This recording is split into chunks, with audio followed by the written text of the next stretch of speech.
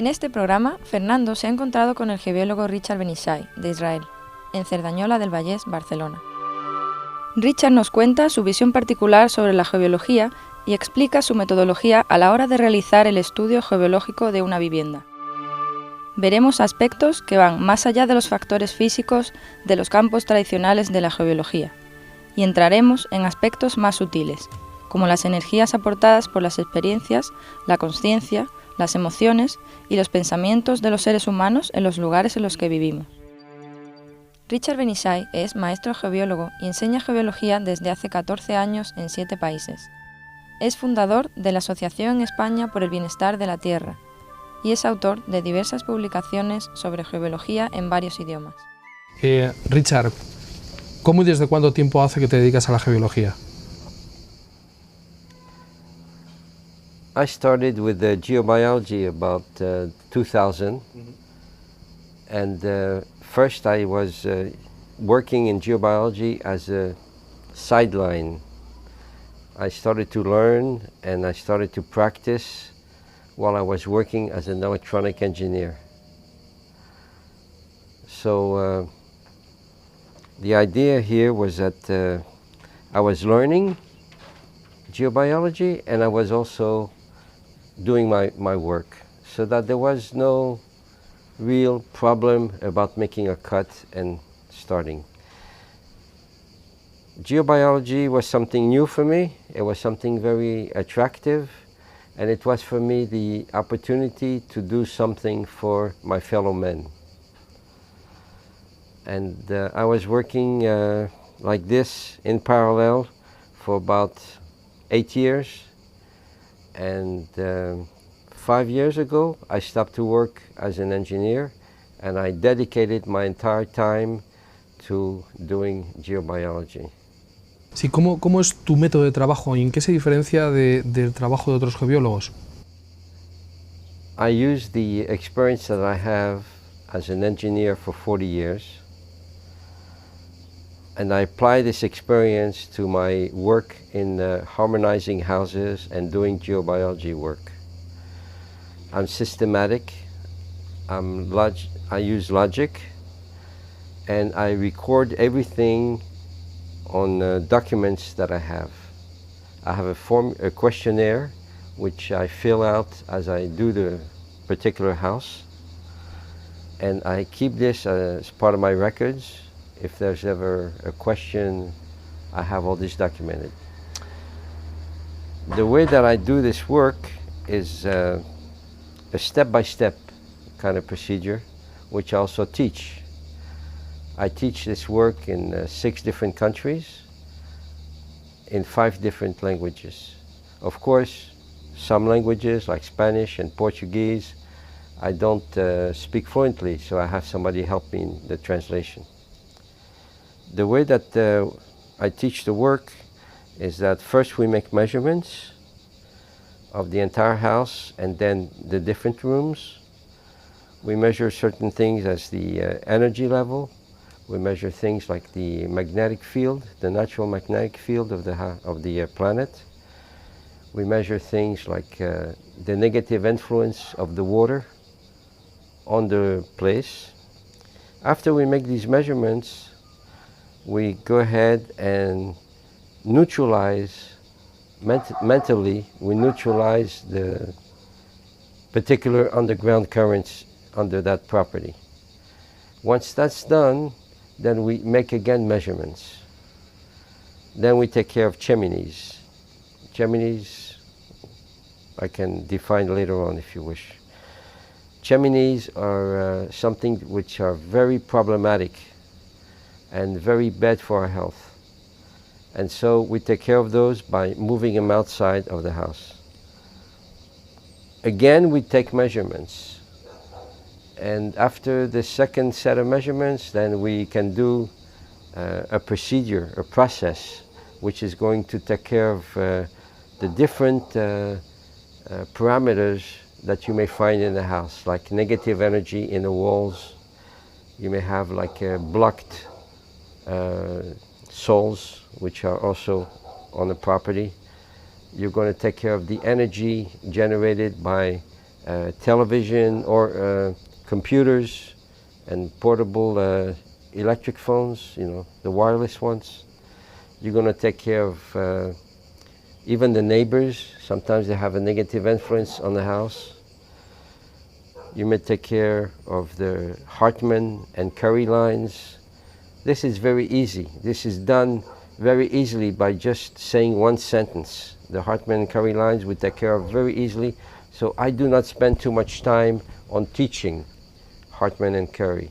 We go over it, we experience, but we don't make a big deal out of it. The number one, the primary factor which is going to make us sick is underground water and chimneys. Of course, once in a while you may have a house with faults. So faults are also something very disturbing. But very few houses have faults. It also depends on the region. But and then finally, at the end of everything, this long list, you have Hartmann and Curry lines. So that's how my method is different, because I don't attach much importance to the electromagnetic networks like some other people may. And I don't teach that much, and we don't spend too much time when we work in a house. We just say one sentence and the whole thing is transformed from negative to positive energy. And it's amazing, but it works. All the work that we do mostly is done by the mental. So we spend very little time on doing a house, something like maybe 2 hours, 2.5 hours, which includes working with the chimneys, taking them outside, and so on and so forth. It's a method which I appreciate very much, because most of the time people are pressed. When you come to do their house, you don't have much time to spend there for one reason or the other. Also, when we do the work, we don't touch anything in the house, nothing. We don't move anything, we don't change anything, we don't bring anything. We come and we go clean. There is no change at all in the house. And this is something that a lot of geobiologists do not do. They may come with special earth or special stones or all kinds of other artifacts and to put in the house, and this is not permanent. Whereas the system we use, using the mental for blocking water, for blocking faults, this is a permanent system. Nobody can change that unless they know you've done it at that particular point. So that's the beauty of it. Sí, los acontecimientos geobiológicos como las fallas, las corrientes de agua, redes de Hartmann, Curry, ya son muy conocidos en el mundo de la geobiología. Pero cuando te refieres a los aspectos puramente energéticos, hablas de las almas, hablas de chimeneas cosmotelúricas, de las energías en las paredes y de otros elementos más energéticos que has comentado anteriormente. Ese tipo de elementos, ¿cómo afectan a la salud o a la vida de las personas cuando viven en lugares donde podemos encontrar este tipo de elementos que llamas energéticos? You have certain elements which are going to make you sick. One of them is what we call the black energy. Black energy is voodoo, curses, black magic, and you have evil eye. You have also what we call chimneys. These are cosmotelluric chimneys. There are millions of them on the planet, and usually they are going to come to the bed where you're sleeping. They are attracted by your energy. These are going to make you sick also, because they take energy from your body while you're sleeping. You have also energy in the walls. Let's say that there were some families living in the house that you moved into, and this family was always fighting and angry. This negative energy is going to go into the walls, and when you move in, you're going to be influenced by this energy. And finally, you have also dead persons whose souls are going to be trapped into a particular place on this plane. You have cases of accidents on the road where a person dies immediately. You have cases of people who are in the war where they're shot. You can have somebody committing suicide, or you can have even a heart attack. Those cases are going to keep the soul right here on this plane, and we're going to see them, and we're going to be influenced by them, sometimes psychologically, sometimes even physically. They may touch you, and it's very disturbing to live in a house with the souls that. Llevas ya mucho tiempo trabajando en geobiología, pero desde hace 6 años concretamente comenzaste un trabajo muy especial que tiene como base la geobiología, es su fundamento. Y este trabajo tan especial tiene un objetivo concreto. El objetivo concreto, según me has contado anteriormente, es traer la paz al mundo.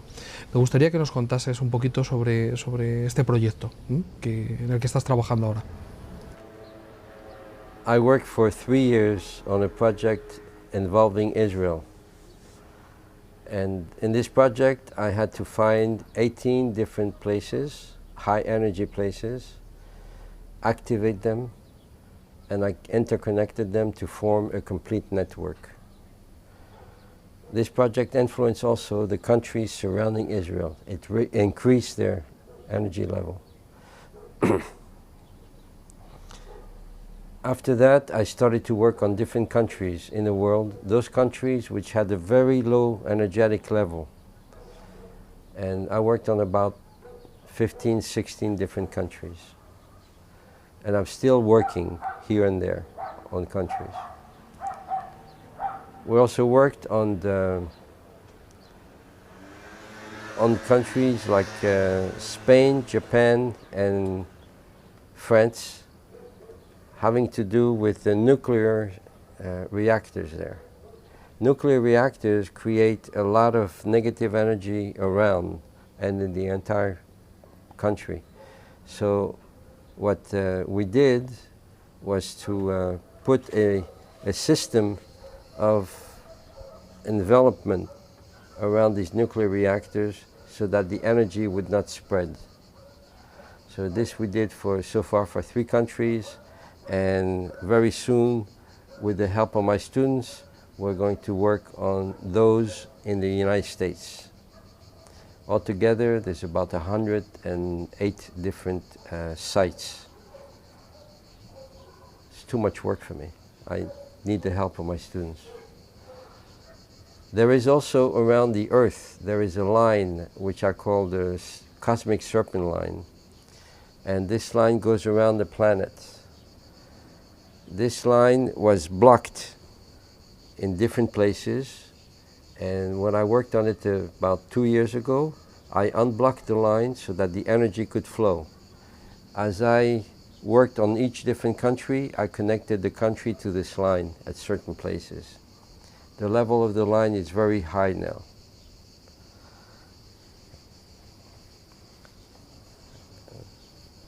And we keep going on different projects all the time to improve the situation on the planet.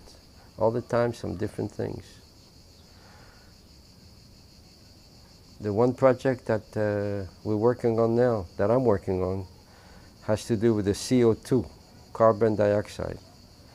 And I know it sounds a little strange because carbon dioxide, there's so much of it, but apparently the system that I'm using is working. I have to create more units of purification, twice at what I've done up to now, and maybe we can see a change. Maybe, I'm hoping so. Maybe.